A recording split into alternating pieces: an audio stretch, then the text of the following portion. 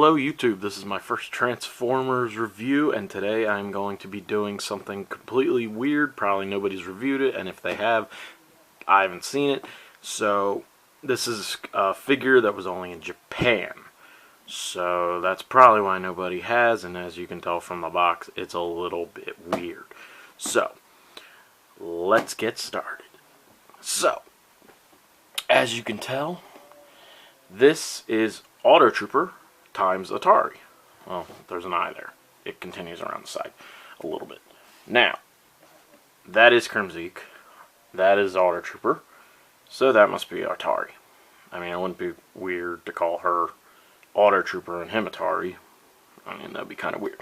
Either way, stupid jokes aside, I only know that's Crimzee because, well, it's Crimzee. It's Takara. No Hasbro markings on this one. There you got their names again, and it says Transformers Kissplayers. Yes, this is a Kissplayers figure. If you don't know anything about this, let me enlighten you. Basically, what the Kissplayers series is, well, that.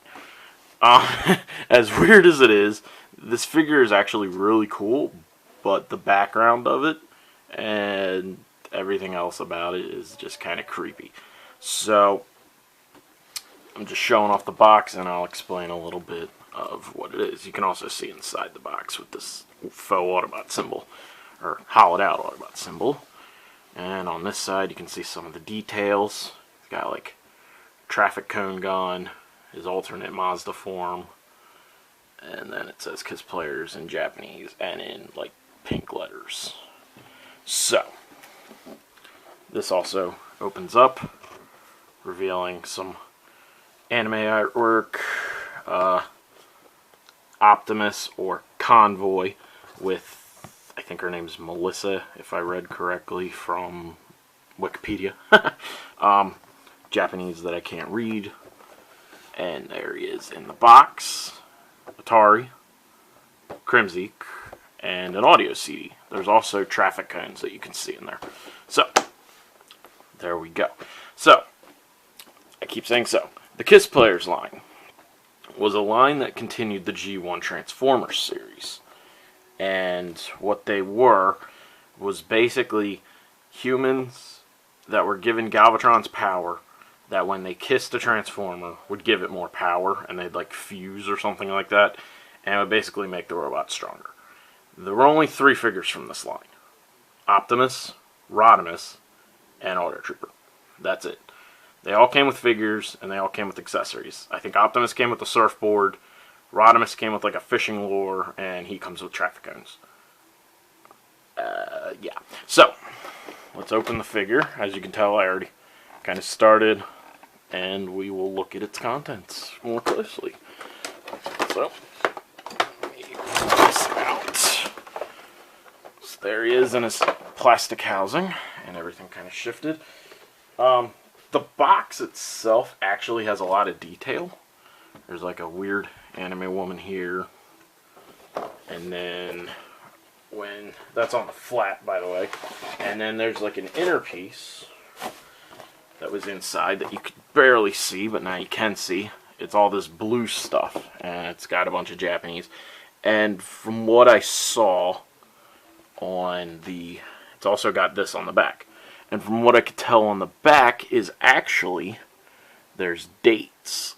I don't know if you can actually see them. But right there, it says 1980, 1985, 1990. So basically, it pretty much points to a lot of Transformers history, in a sense. Like, it basically tells the story of the Transformers. At least that's what I think. Oh, it says chronological table. So, yeah, it tells the story of basically Transformers on the back of this box, which is kind of cool. Now, other stuff that's included before we get to the actual figure is, let's pull this out. There's a little baggie in there with a bunch of random crap. So here's the random crap that was in the little baggie. A Transformers card, which basically has, again, him in both modes. She's sitting on him.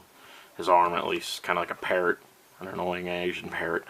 And then, again, the box artwork. So there's the card, some random, probably fill-out sheet, a sticker sheet, which you can choose all the different stickers. Again, it says Autotrooper on it. There's like white ones there you can barely make out, which is kind of useless because, well, he's white. I guess they go on the black part. Duh, that makes sense. And then a bunch of numbers. Then finally, the art book, which is actually a CD book, oddly enough. Which I'll get to because the CD is actually sealed. So I guess, which I'll show you, the CD's sealed in plastic. So I guess you were to open it and then slide this in. But either way, full artwork. There's Optimus, there's Rodimus, there's Autotrooper.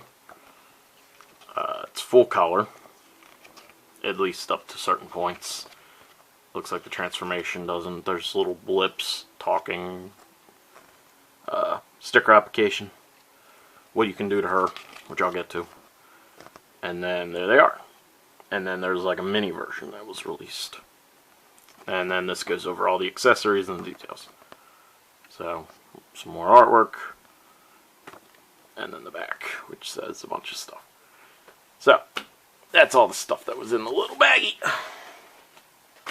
Now for the CD, it's the silver and blue CD. It actually tells the story on audio. So it's like an audio cassette, just an audio CD. Problem with it, it's all in Japanese. So you have to kind of look up what everything means. It's been translated, but obviously not on CD or audio. So just Wikipedia it if you really want to know all about this series. Personally, I just wanted the figure. I just wanted him, and that's basically it. I got him, you know, cheap enough that it was worth buying. So let's open it up. It's got like a clamshell thing. It's got traffic cones. This one's stuck. Come on. There we go. Oh, that sounded lovely. Put those over there. Autotrooper himself. Screw will slide over here. And then that thing, Crimzik, and Atari. Anime Girl. So, close up the clamshell. Get that out of my way. And get on to why the figure was bought. So, there we go. This is everything you get with it. So I guess I'll start with the small accessories first. This is the Atari figure. She kind of sits in like an awkward pose. It's like detailed PVC, not even PVC, but like a statue almost.